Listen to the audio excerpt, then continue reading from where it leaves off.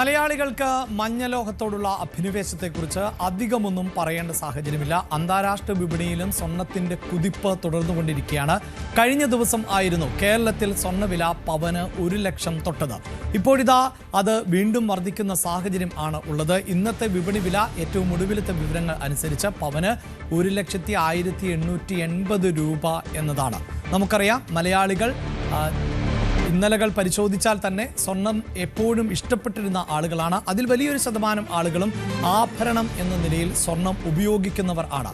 Fashion ലോകത്ത് പല മാറ്റങ്ങളും ആഭരണ വിപണിയിൽ നമ്മൾ കണ്ടിട്ടുണ്ടെങ്കിലും സ്വർണ്ണാഭരണങ്ങളോടുള്ള ഒരു താല്പര്യവും ഇഷ്ടവുമൊന്നും ഒരു കാലത്തും കുറയുന്നില്ല എന്ന് വേണം നമുക്ക് മനസ്സിലാക്കാൻ. കാരണം ഇപ്പോൾ ഈ വില കുതിച്ചുയരുമ്പോൾ പോലും സ്വർണ്ണ വിപണിയിൽ ഏതെങ്കിലും തരത്തിൽ തിരിച്ചടി ഉണ്ടാകുന്നില്ല, ആവശ്യക്കാർക്ക് ഒരു കുറവും ഉണ്ടാകുന്നില്ല. പ്രത്യേകിച്ച് വിവാഹ സീസണുകളിൽ വലിയ തോതിൽ ആണ് കേരളത്തിലെ സ്വർണ്ണക്കടകളിൽ നിന്ന് സ്വർണം വിറ്റഴിക്കപ്പെടുന്നത് എന്നതാണ് വസ്തുത.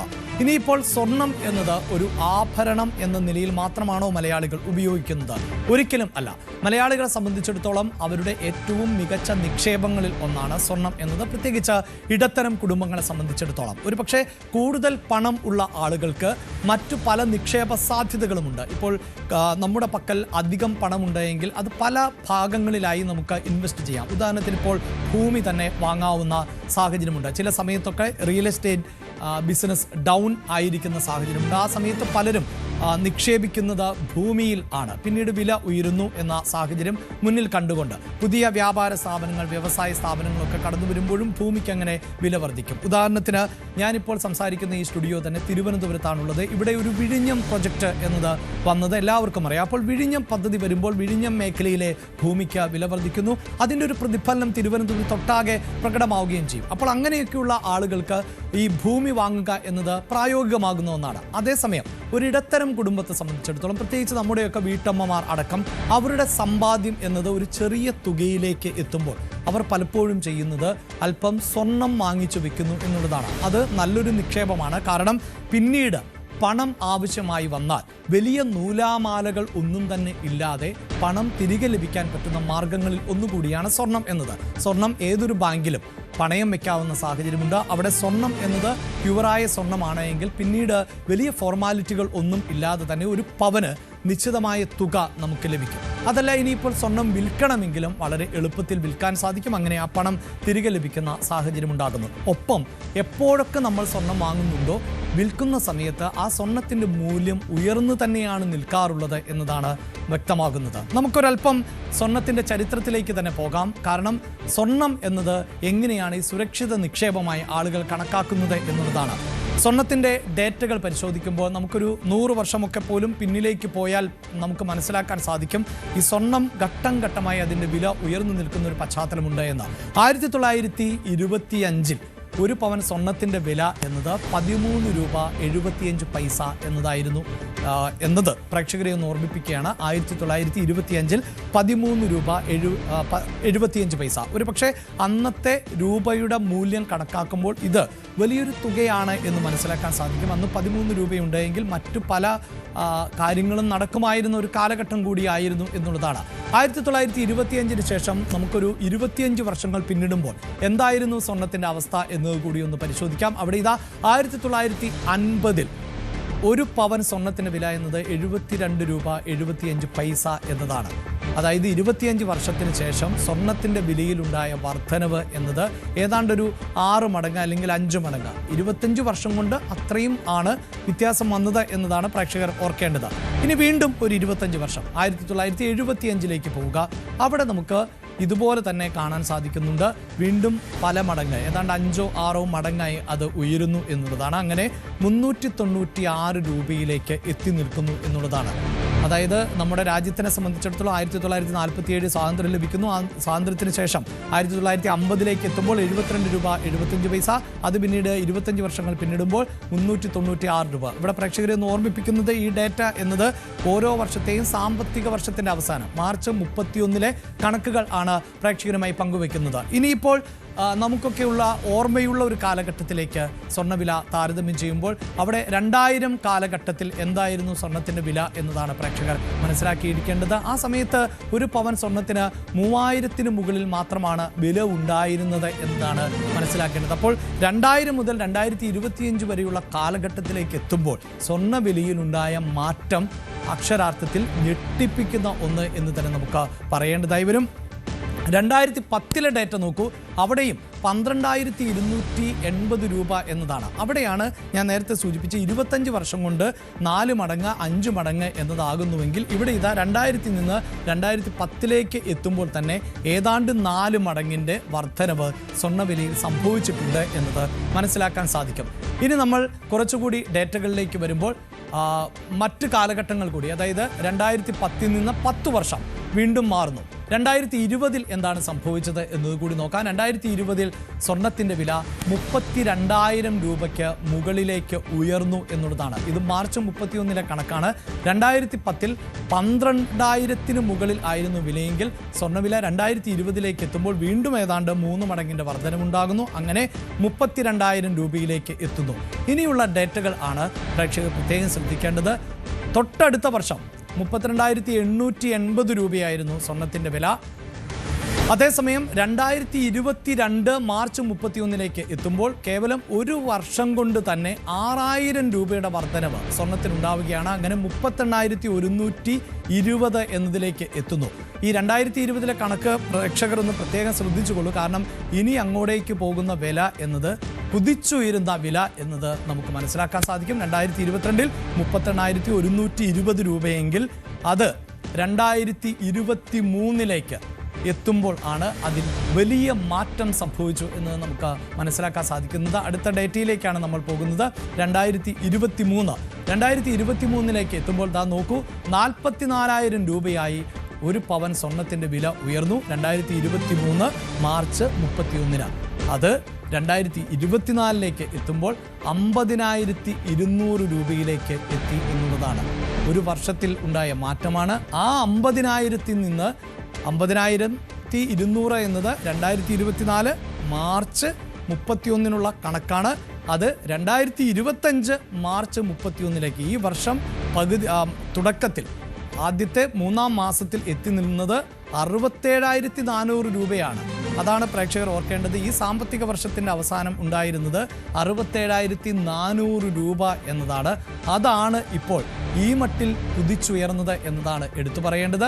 2025 മാർച്ച് 31 67,400 രൂപയുണ്ടായിരുന്ന സ്വർണം 2025 അതിൻ്റെ അവസാനത്തിലേക്ക് എത്തുമ്പോൾ അത്രമേൽ വലിയ മാറ്റം ആണ് ഉണ്ടാകുന്നത്. ഇവിടെ ഈ ഡേറ്റകളെല്ലാം മാർച്ച് 31 എങ്കിൽ ഈ വർഷം തുടക്കത്തിൽ, അതായത് നമ്മളൊരു വർഷത്തിൻ്റെ, അതായത് 2026 ജനുവരി 1 കടക്കുകയാണ്, മറ്റൊരു വർഷത്തിലേക്ക് കടക്കുകയാണ്. ഏതാണ്ട് ഒരു വർഷം മുമ്പ് എന്തായിരുന്നു സ്വർണത്തിൻ്റെ വില എന്നത് കൂടി ഒന്ന് പ്രേക്ഷകർ ശ്രദ്ധിച്ചു നോക്കുക. 57,200 രൂപയായിരുന്നു ഒരു പവൻ സ്വർണത്തിൻ്റെ വില ഈ വർഷം ആരംഭിച്ചപ്പോൾ. ആ വർഷം അവസാനിക്കുന്നു, അതായത് 2025 നമ്മളോട് വിട പറയുകയാണ്. അങ്ങനെ ഒരു വർഷം കൂടിയത് 44,000 രൂപയാണ്. ഇപ്പോഴത്തെ കണക്കാണ് ഇത്. സാങ്കേതികമായ ഒരു അന്തിമമായ കണക്കല്ല എന്ന് പ്രേക്ഷകരെ ഓർമ്മിപ്പിക്കട്ടെ. കാരണം സ്വർണത്തിൻ്റെ വില ഓരോ ദിവസവും കൂടിക്കൊണ്ടിരിക്കുന്നു. ഒരു പക്ഷേ ഡിസംബർ 31 എത്തുമ്പോൾ ഇതിൽ എന്ത് മാറ്റമുണ്ടാകുമെന്ന് നമുക്ക് പറയാൻ സാധിക്കില്ല. അതുകൊണ്ട് തന്നെ ഈ 44,000 രൂപ എന്നതൊരു ഏകദേശ കണക്കാണ്. എങ്കിലും ഓർക്കുക, 44,000 രൂപ കേവലം ഒരു വർഷം കൊണ്ട് സ്വർണത്തിന് ഉണ്ടായ വർധനമാണ് എന്നതാണ്. അതാണ് ഞാൻ നേരത്തെ സൂചിപ്പിച്ച പോലെ സാധാരണക്കാരായ ആളുകളെ സംബന്ധിച്ചിടത്തോളം അവർക്ക് ഏറ്റവും പ്രധാനപ്പെട്ട നിക്ഷേപങ്ങളിൽ ഒന്നായി സ്വർണം മാറിയിട്ടുണ്ട് എന്നതും, ഈ സ്വർണത്തിൻ്റെ വില വർദ്ധിക്കുമ്പോൾ അത് ഈ സ്വർണ്ണമൊക്കെ കയ്യിലുള്ള ആളുകളെ സംബന്ധിച്ചിടത്തോളം അവർക്ക് വലിയ സന്തോഷം ഉണ്ടാക്കുന്ന ഒന്നാണ്. കാരണം ഒരു പവൻ സ്വർണത്തിന് 1,00,000 രൂപ, 10 പവൻ സ്വർണ്ണമുണ്ടെങ്കിൽ അത് 10 ലക്ഷം രൂപയായൊക്കെ മാറുന്ന സാഹചര്യം ഉണ്ടാകുന്നു. അപ്പോൾ 10 പവൻ സ്വർണ്ണമുള്ള ഒരാൾക്ക് ജനുവരി 1 നിന്ന് ഡിസംബർ 31 എത്തുമ്പോൾ കേവലം ഒരു വർഷം കൊണ്ട് ഏതാണ്ട് 4 ലക്ഷം രൂപയുടെ ഗ്രോത്ത് ആണ് ഉണ്ടായിട്ടുള്ളത്, വളർച്ചയാണ് ഉണ്ടായിട്ടുള്ളത് എന്നതാണ്. ഒരു പക്ഷേ മറ്റെവിടെ നിക്ഷേപിച്ചിരുന്നു എങ്കിൽ പോലും ഇത്രയും വലിയ മാറ്റം ഉണ്ടാകുമായിരുന്നില്ല. ഞാൻ നേരത്തെ സൂചിപ്പിച്ചതുപോലെ ഭൂമിയാകട്ടെ, ബിസിനസ് ആകട്ടെ, അതല്ല എങ്കിൽ സ്റ്റോക്ക് എക്സ്ചേഞ്ചുകളിൽ ഒക്കെ വിപണിയിൽ നിക്ഷേപിക്കുന്ന ആളുകളുണ്ട്. അതൊക്കെ സാങ്കേതികമായി ടെക്നിക്കലിയൊക്കെ അറിയുന്ന ആളുകളാണ് കൂടുതലായി നിക്ഷേപിക്കാറുള്ളത്. ഞാൻ നേരത്തെ സൂചിപ്പിച്ച വീട്ടമ്മമാരെ പോലെയുള്ളവരൊന്നും അങ്ങനെ നിക്ഷേപിക്കാറില്ല. ഇനി നമ്മൾ മറ്റ് സാഹചര്യങ്ങൾ കൂടി ഒന്ന് പരിശോധിക്കുന്നത് എന്തുകൊണ്ടാണ് സ്വർണത്തിന് ഇത്രയും അധികം വില ഉയരുന്നത്.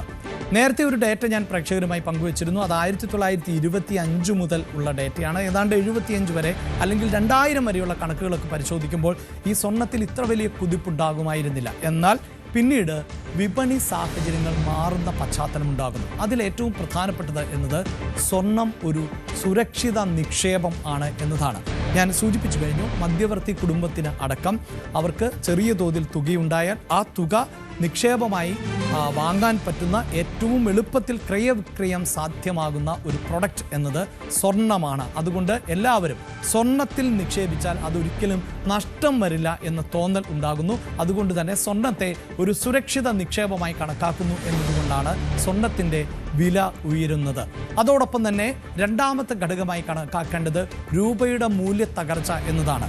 രൂപയുടെ മൂല്യം കാലങ്ങളായി കുറയുന്ന സാഹചര്യം ആണുള്ളത്. ഡോളറിനെതിരെയാണ് രൂപയുടെ മൂല്യം പലപ്പോഴും നമ്മൾ കണക്കാക്കാറുള്ളത്. അപ്പോൾ ഡോളറുമായി തട്ടിച്ചു നോക്കുമ്പോൾ രൂപയുടെ മൂല്യം കുറയുന്ന സാഹചര്യമാണുള്ളത്. അതുകൊണ്ട് തന്നെ രൂപയിൽ നിക്ഷേപിക്കുന്നതിനേക്കാൾ ബുദ്ധിപരമായി നിക്ഷേപിക്കാൻ സാധിക്കുന്നത് സ്വർണത്തിലാണ് എന്ന് നമുക്ക് മനസ്സിലാക്കാൻ സാധിക്കും. സ്വർണത്തിൻ്റെ മൂല്യം എപ്പോഴും ഉയർന്നുകൊണ്ടേ ഇരിക്കുകയാണ്. രൂപയിൽ നിക്ഷേപിക്കുന്നവരെ സംബന്ധിച്ചിടത്തോളം രൂപയുടെ മൂല്യം ഇന്ന് 100 രൂപയിൽ നമ്മൾ നിക്ഷേപം നടത്തിയാൽ നാളെ ആ 100 രൂപയുടെ വാല്യൂവിന് ഇന്നത്തെ 100 രൂപയ്ക്ക് ലഭിക്കുന്ന പ്രൊഡക്റ്റുകൾ ലഭിക്കാതെ പോകുന്ന സാഹചര്യമാണ് ഉണ്ടാകുന്നത്. അപ്പോൾ രൂപയിലെ നിക്ഷേപം നഷ്ടമാണ്. അതോടൊപ്പം തന്നെ വളരെ പ്രധാനപ്പെട്ട മറ്റൊരു പോയിന്റ് പറയാനുള്ളത് ഡോളർ ദുർബലമാകുന്നു എന്നതാണ്. നമുക്കറിയാം, ഈ അന്താരാഷ്ട്ര വിപണിയിലെ പലപ്പോഴും വിനിമയ നിരക്ക് കണക്കാക്കുന്നത് ഡോളറിൽ ആയിരുന്നുവെങ്കിൽ ഇപ്പോൾ കഴിഞ്ഞ കുറേ നാളുകളായി ഡോളറിന് മൂല്യം ഇടിയുന്ന സാഹചര്യം ആണ് ഉള്ളത്. അതുകൊണ്ട് തന്നെ പലരും ഡോളറിൽ നിക്ഷേപിക്കുന്നത് സേഫ് അല്ല എന്ന് കണക്കാക്കുന്ന സാഹചര്യമാണുള്ളത്. അതായത് ഡോളറുകൾ നിക്ഷേപിക്കുമ്പോൾ അതിൽ ഡോളർ ബോണ്ടുകളുണ്ട്. ആ ബോണ്ടുകളിൽ നിന്നുള്ള വരുമാനം കുറയുന്ന സാഹചര്യം ആണ് ഉള്ളത് എന്ന് മനസ്സിലാക്കുകയാണ്. ഒപ്പം ഈ വൻകിട നിക്ഷേപ കമ്പനികൾക്ക് അടക്കം ഇപ്പോൾ ഡോളറിൽ ഒന്നും നിക്ഷേപിക്കാൻ താല്പര്യമില്ല എന്നതാണ് മനസ്സിലാക്കുന്നത്. അവരും ഏറ്റവും നല്ല നിക്ഷേപമായി കണക്കാക്കുന്നത് സ്വർണത്തെയാണ്. സ്വർണത്തിൽ നിക്ഷേപിച്ചാൽ ഈ ഡോളറിലൊക്കെ നിക്ഷേപിക്കുന്നതിനേക്കാൾ കൂടുതൽ തുക ലഭിക്കുന്ന പശ്ചാത്തലം ഉണ്ടാകുന്നു എന്നതുകൊണ്ട് വൻകിട നിക്ഷേപ കമ്പനികളും ഇപ്പോൾ സ്വർണത്തിലേക്ക് ഫോക്കസ് ചെയ്യുന്നു എന്നതാണ് നമുക്ക് മനസ്സിലാക്കാൻ സാധിക്കുന്നത്. അത് മാത്രവുമല്ല, സ്വർണത്തിൻ്റെ വില ഉയരുന്നതിന് കാരണം ഇനിയും മറ്റ് കാരണങ്ങൾ കൂടിയുണ്ട്. ആ കാരണങ്ങളിലേക്ക് കൂടി നമ്മൾ പോകുമ്പോൾ ഒന്ന് അമേരിക്കയുടെ തീരുവ യുദ്ധം എന്നത് തന്നെയാണ്. എടുത്തു പറയേണ്ടത്, ഇപ്പോൾ ഇന്ത്യയിൽ നിന്ന് തന്നെ ഒരു ഉൽപ്പന്നം അമേരിക്കയിലേക്ക് എത്തിക്കുമ്പോൾ അതിന് 50% നികുതി വർധനമാണ് വരുത്തിയിട്ടുള്ളത്. പിഴത്തീരുവ അടക്കം ചുമത്തുന്ന സാഹചര്യം ആണുള്ളത്. അപ്പോൾ ലോക വ്യാപാര ക്രമത്തിൽ ഇപ്പോൾ അമേരിക്കയെ സംബന്ധിച്ചിടത്തോളം ഒരു നിശ്ചിത രൂപമില്ല എന്ന് പറയാം. പ്രത്യേകിച്ച് അമേരിക്കയുടെ പ്രസിഡന്റായി ഡൊണാൾഡ് ട്രംപ് വീണ്ടും അധികാരത്തിലേറിയതിനു ശേഷം പല രാജ്യങ്ങളോടുമുള്ള സമീപനങ്ങളിൽ വലിയ മാറ്റമാണ് ഉണ്ടായിട്ടുള്ളത്. അത് വിപണിയെ അസ്ഥിരപ്പെടുത്തുന്ന ഒരു സാഹചര്യമുണ്ട്. അതുകൊണ്ട് തന്നെ അമേരിക്കയുടെ തീരുവ യുദ്ധം വലിയ തോതിൽ സ്വർണത്തിന് ഗുണകരമാകുന്നു എന്നുള്ളതാണ് ഈ മേഖലയിലെ നിരീക്ഷണം. അപ്പോൾ സ്വർണത്തിലേക്ക് നിക്ഷേപിക്കുകയാണ് എങ്കിൽ അതിന് അമേരിക്കയുടെ ഈ തീരുവ യുദ്ധങ്ങളൊന്നും ബാധകമാകുന്നില്ല എന്നതുകൊണ്ട് തന്നെ ഭയപ്പെടേണ്ടതില്ല എന്നതാണ് അവിടെ പ്രധാനമായും വിലയിരുത്തുന്നത്. മറ്റൊന്ന്, അമേരിക്കയുടെ കേന്ദ്ര ബാങ്കായിട്ടുള്ള ഫെഡറൽ റിസർവ് പലിശ നിരക്കുകൾ കുറയ്ക്കുന്നു എന്നുള്ളതാണ്. പലിശ നിരക്ക് നിലവിൽ തന്നെ കുറച്ച സാഹചര്യം ആണ് ഉള്ളത്. ഇനി 2026, അതായത് വരാൻ പോകുന്ന വർഷം 2 തവണയെങ്കിലും ഫെഡറൽ റിസർവ് പലിശ നിരക്ക് കുറയ്ക്കും എന്നുള്ളതാണ് പൊതുവെ വിലയിരുത്തപ്പെടുന്നത്. അപ്പോൾ പ്രേക്ഷകർ ഇങ്ങനെ മാത്രം ചിന്തിച്ചാൽ മതി. നമ്മൾ ബാങ്കിൽ നിക്ഷേപിക്കുന്നത് ആ ബാങ്കിൽ നിന്ന് കൂടുതൽ പലിശ ലഭിക്കുന്നതിന് വേണ്ടിയാണ്. ഇപ്പോൾ ഇന്ത്യയിലും നമ്മൾ വിവിധ ബാങ്കുകളിലൊക്കെ പണം നിക്ഷേപിക്കും, ഫിക്സഡ് ഡിപ്പോസിറ്റ് ആയിട്ടൊക്കെ ഇടുന്നത് നമുക്കറിയാം. അവിടെ പ്രേക്ഷകരൊന്ന് ആലോചിച്ച് നോക്കൂ, 1 ലക്ഷം രൂപ ഫിക്സഡ് ഡിപ്പോസിറ്റ് ഇട്ടാൽ ഏറ്റവും കൂടിയാൽ 8000 രൂപ ഒരു വർഷത്തിന് ശേഷം പലിശയായി കിട്ടും. അവിടെയാണ് 1 ലക്ഷം രൂപയ്ക്ക് ഗോൾഡ് 2025 ജനുവരി 1 വാങ്ങിച്ച ഒരാൾക്ക് ഏതാണ്ട് 1,40,000 രൂപ ലഭിക്കുകയാണ് സ്വർണത്തിൽ നിക്ഷേപിച്ചുവെങ്കിൽ. വളരെ സിമ്പിളായി പറഞ്ഞാൽ 1 ലക്ഷം രൂപ 2025 ജനുവരി 1 ഏതെങ്കിലും ബാങ്കിലിട്ട ഒരാൾക്ക് 2025 ഡിസംബർ 31 1,80,000 രൂപയാണ് ലഭിക്കുന്നത് എങ്കിൽ സ്വർണം വാങ്ങിച്ച ആൾക്ക് 1,40,000 രൂപയോളം ലഭിക്കും എന്നുള്ളതാണ്. അതുകൊണ്ട് തന്നെ ഇത്തരം ബാങ്കുകളിൽ നിക്ഷേപിക്കാൻ ആളുകൾ തയ്യാറാകുന്നില്ല എന്നുള്ളതാണ്. മറ്റൊരു പ്രധാനപ്പെട്ട കാരണം എന്നത് അമേരിക്കയും വെനസ്വേലയും തമ്മിലുള്ള സംഘർഷം എന്നതാണ്. അമേരിക്കയും വെനസ്വേലയും തമ്മിലുള്ള സംഘർഷം എങ്ങനെ ബാധിക്കുമെന്ന് പ്രേക്ഷകർക്ക് സംശയമുണ്ടാക്കാം.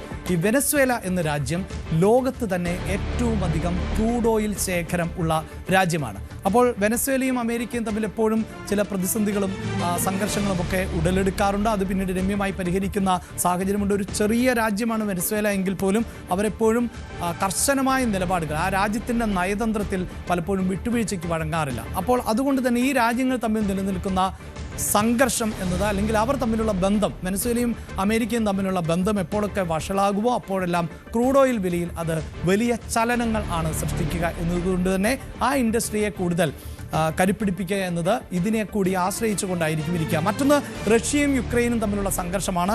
റഷ്യയും യുക്രൈനും തമ്മിലുള്ള സംഘർഷം ആരംഭിച്ചിട്ട് വർഷങ്ങളായി. അത് പരിഹരിക്കുവാനുള്ള നീക്കങ്ങളെല്ലാം തന്നെ നടക്കുന്നുണ്ട് എങ്കിലും